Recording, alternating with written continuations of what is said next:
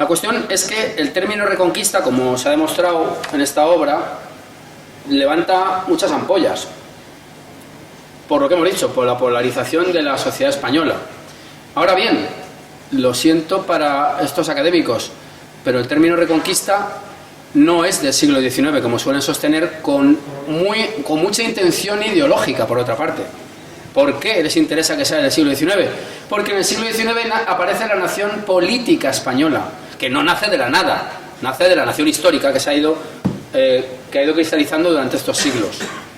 Es la revolución que se da en Francia, se da también en España, las Cortes de Cádiz. Esa es nuestra revolución, la revolución del primer liberalismo, que no tiene nada que ver, por supuesto, con el liberalismo que ya conocemos hoy por hoy, ¿no? Que dicen que se purgan en algunos sitios, ¿no? La revolución que se da cuando se dice españoles son estas gentes que están en ambos, o la nación española, perdón, es la reunión de los españoles de ambos hemisferios. Claro, eso es un giro total que se ha dado frente al mundo anterior de virreinatos y demás, lo cual no anula todo lo acumulado históricamente en el periodo virreinal o imperial. Esa es la cuestión. Es decir, esto, volviendo otra vez a esto, que por cierto los autobuses he visto que lo han medio borrado, hay que intentar que lo hagan, que se vea claro que es un yugo y unas flechas, no un monigote raro, un yugo y flechas, hay que ir a lo que vamos, ¿no? O sea, estas cosas persisten. Y de hecho en Andalucía, yo que he trabajado 3 años en Andalucía y estoy encantado de haber estado aquí 3 años, me dediqué un día, la bandera de Andalucía sabemos que es un invento de antes de ayer, ¿no? Lo sabemos, ¿verdad? Es una cosa de ayer, no tiene ningún recorrido histórico. Si hay que hacer un trabajo de análisis de los escudos de las ciudades andaluzas, porque Andalucía no era una región como tal, es un vocablo que aparece en un momento dado, pero digámoslo claro, Andalucía es Castilla, como el País Vasco, por otra parte, ¿eh? Lo siento si hay alguien que le duele, pues lo siento, que estudien un poquito más. Andalucía es Castilla, es la prolongación de Castilla. Hasta tal punto que en el Perú hay una cosa que se llama Nueva Castilla. Fijaros si hay Castillas y Castillas y Castillas, y no es por castellanocentrismo, ni muchísimo menos, sino porque son las instituciones castellanas aquilatadas durante siglos las que van avanzando. Y a lo que yo iba, el Imperio Español es un imperio de ciudades. Es un imperio de ciudades. Pues analicen ustedes la heráldica de las ciudades andaluzas. Es que es esta. Es Castilla, señores. Con unos añadidos, evidentemente. Córdoba, León y el Castillo, Sevilla, todas estas ciudades, el pendón de Fernando III, que yo por cierto me regalaron uno y estoy tan contento, lo tengo que poner en mi casa en algún sitio, ¿no? Este es el resultado de la Reconquista, ¿no? Y no se puede renunciar a ello, a no ser que queramos ser adanistas, que es lo contrario a los esencialistas. Yo no soy esencialista tampoco, claro. Yo no creo que España haya surgido en Atapuerca, ni que España sea eterna, porque si no, no hay que ir a protestar a ninguna sede de ningún partido estas tardes. Como es eterna, pero vamos a ir algunos, ¿no? Bueno. La idea de reconquista la ha manejado la izquierda y la derecha todo el tiempo hasta hace 4 días. Porque no es del siglo XIX, y es a lo que iba, que recojo un poco el hilo de antes. Interesa vincularla a la nación política porque así es más fácil manejar la idea de España como prisión de naciones. Por eso interesa que sea del siglo XIX. Para decir, no, hombre, nosotros estamos vinculados a la España de los 5 reinos. Pues, hombre, eso es muy discutible, ¿no? Eso es muy discutible. Sin por ello borrarlo, ¿eh? Sin por ello borrar esas estructuras históricas. Pues no es del siglo XIX, señores, es del siglo XVIII y probablemente ya estaba circulando a finales del siglo XVII. ¿Y por qué esto es importante? Pues porque también hay quien dice, singularmente por ejemplo en estos días, las sectas catalanistas que han vuelto a poner en el papel que han firmado, no sé qué de los decretos de nueva planta, estos delirios totales, como si fuera una nación. Es que no había ninguna nación,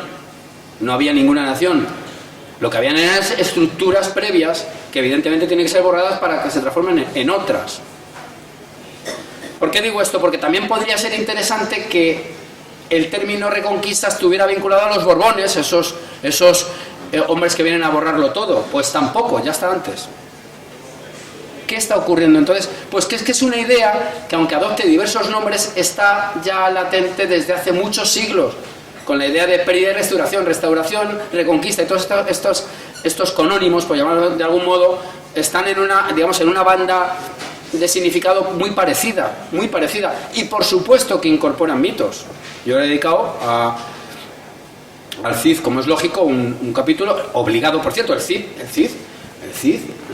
que sería una especie de facha del siglo XI. No, pero hombre, si el Cid lo cantan todos los poetas del 27, todos.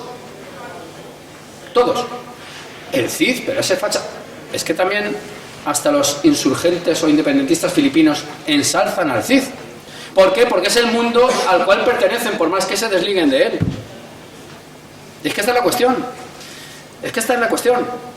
Bernardo del Carpio, por ejemplo, personaje más brumoso. Cuando viene Carlos I a España, ¿cuál era el enemigo de Carlos I? Francia, ¿no? Mi primo Francisco y yo queremos lo mismo, Milán. Claro, uno lo quiere para él y otro también, por eso hay que guerrear, ¿verdad?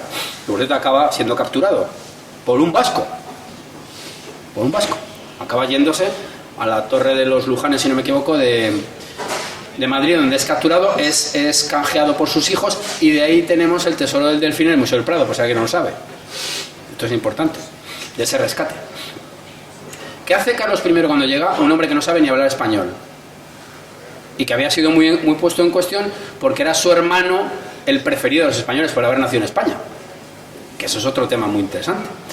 Pues se va a la tumba que está en Aguilar de Campo, donde las galletas famosas, y ¿qué hace? Coge la espada, la supuesta espada de Bernardo del Carpio, y ahí está la importancia del mito, porque más allá de que Bernardo del Carpio sea o no un mito literario, lo que está claro es que es un mito operativo en el campo de la realidad de ese momento, porque Bernardo del Carpio es el que vence a Roldán, el héroe francés, y entonces un rey que nace fuera de España muchos siglos después se vincula, del mismo modo que he dicho lo de Fernando el de Antequera, a un arma simbólica. Y esto es lo interesante, y esto es lo que yo le diría a estos autores tan académicos, ellos que no se dan cuenta de que la historia no explica nada si es pura historia positivista en el sentido positivista, no positiva de que sea asertiva, ¿no? Sino que hay que interpretar también los mitos que atraviesan cada momento histórico, si no se entiende nada, así de sencillo. Y entonces historias como la de España tienen un componente filosófico altísimo, porque involucran ideas como una humanidad, como mestizaje, como lengua, como religión, y no es una cuestión pues de regate corto, de decir, pues la historia, con todos mis respetos, de Marbella, chiquitita, de lo que se ha hecho aquí en 4 días. No, estamos hablando de cuestiones universales. Vuelvo otra vez a señalar la bandera, cuestiones universales. El nudo, la cuerda esa que se ve en los Reyes Católicos es el nudo gordiano. Tanto monta, es el lema de Alejandro, tanto monta, tanto da cortar como desatar. Y el que desate el nudo será el dueño de Asia. Eso lo sabe todo el mundo, ¿no? Ese es el nudo, ese es el yugo y las flechas. No unos señores, pues yo qué sé, nostálgicos de no sé qué historia. Y esa es la cuestión que hay que entender. Bueno, voy a ver si acabo, porque me estoy enrollando un poco. Yo decía que el término es del siglo XVIII. Léanlo aquí, la fuente. Y, por cierto, yo he llegado hasta ahí. Probablemente, si seguimos ahondando, pueda aparecer un uso aún anterior, pero ya casi nos da un poco lo mismo. Si ya estamos en el mundo de los Austrias, ya es que toda la idea de que la Reconquista es un invento del 19 o de los Borbones para eliminar los decretos de nueva planta o no sé qué historias, se cae toda, entera. ¿Y los vínculos de la idea y el término de Reconquista con la izquierda española o con la izquierda? Hombre, evidentemente estos señores dicen que los que defendemos esto somos lo que somos, ¿no? No pasa nada, no hay ningún problema. Pero, oh sorpresa, Carlos Marx, que hasta donde yo sabía hasta hace unos años tenía algo que ver con la izquierda, porque ahora ya no, ahora estamos en otros contextos de autopercepción, y bueno, bien. Es que es así, vamos. Carlos Marx, como es sabido, escribió para periódicos norteamericanos. ¿En qué época? A mitad del siglo XIX. Y el Partido Comunista de España, que era el único partido opuesto al franquismo, con matices también, por otra parte. Luego ya tomaron la del derrotero eurocomunista y ya, en fin.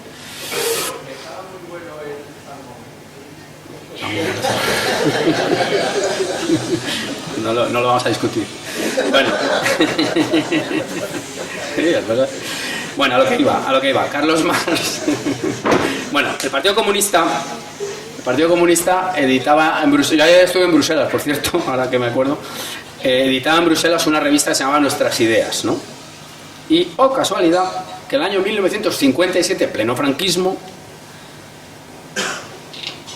reproducen un texto de Marx titulado España revolucionaria. Por cierto, ya sabemos que Marx lo que está es en las coordenadas muy marcadas por la interpretación que se hace de la revuelta comunera, que esa sí la siguen utilizando, ahora con una distorsión. Claro, sorprende que claro, la izquierda española, completamente obsesionada con el rey, con los señores y tal, está reivindicando una revuelta de carácter puramente nobiliario. Bueno, pero claro, ellos comunera, comunista, les suena, les parece lo mismo y lo reivindican. Bueno, pues Marx dice lo siguiente. También merece, bueno, en un texto más largo que no voy a leer, también merece ser subrayado el hecho de que la lenta reconquista que fue rescatando el país, atención a lo que dice Marx, a ver en qué partido tendría que militar hoy quizá, que fue rescatando el país de la dominación árabe mediante la lucha tenaz de cerca de 800 años, dio a la península, una vez totalmente emancipada, un carácter muy diferente del que predominaba en la Europa contemporánea. Atención a lo que dice Marx. Esto yo estoy seguro que nos vamos a la sede de algún partido, le borras el membrete y dice, hombre, pues por su Caipo de Llano, o lo que sé quién, ¿no? O Menéndez Pidal, o un tío que, bueno, en fin. Esto Marx, siglo XIX. Y lo reproduce, ya digo, en la revista de Nuestras Ideas, en el año 57. Por cierto, ¿cómo se llamaba la operación llevada a cabo por el Maquis? Operación Reconquista. Operación Reconquista. Y esto es una cosa interesante claro, es verdad que ellos están en otro contexto, pero el término les funciona y hacen una alusión a la totalidad, que es de lo que se trata con la Reconquista. Bueno, año 1954, 3 años antes. Es que yo me divertí mucho haciendo esto, es interesante, ¿no? Mensaje del Partido Comunista de España a los intelectuales patriotas. No pone a los intelectuales multinivel plurinacionales. Jamás, leo, jamás se dejará avasallar el pueblo héroe de la Reconquista, que en el curso de cerca de 800 años de lucha batió al invasor defendiendo al mismo tiempo sus libertades locales, haciendo respetar sus ayuntamientos por la nobleza y la soberanía de las cortes por los reyes. Vale, admitimos, Reconquista. 1970. Dolores Ibarruri. En ya un texto que ha dado un giro, ya hay que reconocer que ya la cosa ha girado. El texto se titula España, Estado multinacional. Ahora es multinivel, por lo visto. En él dice, tras la unión de Castilla y Aragón, con el reinado de los reyes católicos después de la toma de Granada, que completó la Reconquista, aquí ya deja una puerta abierta, ni Euskadi, ni Cataluña, ni Galicia llegaron a fundirse con este centro de lo que habría de ser más tarde el Estado español. Claro, evidentemente aquí deja la puerta abierta al proyecto Galeuscat, que estaba todavía latente, pero claro, doña Dolores, que no le escuchen los andalucistas. Aquí no hay nación andaluza, ni canaria, ni para que veamos un poco la evolución del asunto, ¿no? Sigo con más datos. Otra cuestión que es muy de actualidad también es el famoso asunto del Día de la Raza. El famoso asunto del Día de la Raza, que digamos que es el previo al Día de la Hispanidad. Señores, raza hay que entenderlo como cultura. Yo tengo unos textos, ahora ya no viene al caso, de una reunión que hubo en 1854, me parece, sí, 54, en Guatemala, donde va un ministro español navarro llamado Facundo Goñi y se reúne con los ministros, digamos, representantes de México, Costa Rica, etcétera, de ese área geográfica. le hablan de la lucha de dos razas. La lucha entre la raza hispana y la raza anglosajona, y el peligro que se ha derivado de la hegemonía norteamericana. ¿Por qué? Porque están en el contexto del filibusterismo, por cierto, fenómeno muy de actualidad. Lo que pasa es que antes los filibusteros les pasaba como a William Walker: si perdían la partida, pues eran ultimados debidamente, ¿no? Son tradiciones muy acendradas, ¿no? En definitiva, y ahora ya sí que cierro, que creo que ya me estoy pasando.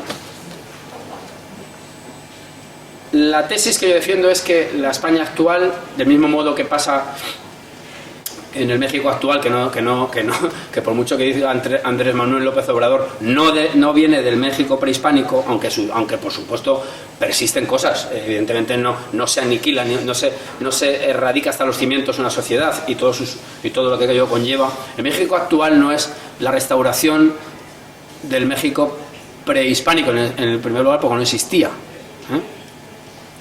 Es más, se llamaba Nueva España, y la palabra México empieza a aparecer a finales del 18 y ya es usada precisamente para negar lo hispano. Luego, con las connotaciones, luego por pasarse de frenada, pues se quedan sin el 40% del territorio por entregarse a las maniobras oscuras de la masonería norteamericana y otros asuntos que no viene al caso analizar esta tarde. Bueno, pues España tampoco, en 1492, repito, ha restaurado el mundo godo, no lo ha restaurado. Hay persistencias, evidentemente que las hay. La religión muy transformada también, tenemos que decirlo, y de hecho hay un asunto esencial que es una polémica teológica que se da durante el reinado de Alfonso II el Casto con la lucha contra el adopcionismo, que era compatible con el Islam. Bueno, es un tema más delicado que ya daría para otra charla, ¿no? Seguramente, ¿no? Pero la tesis es que la España de la que procedemos ahora mismo se configura en estos siglos, y se configura, y ya acabo, contra el Islam.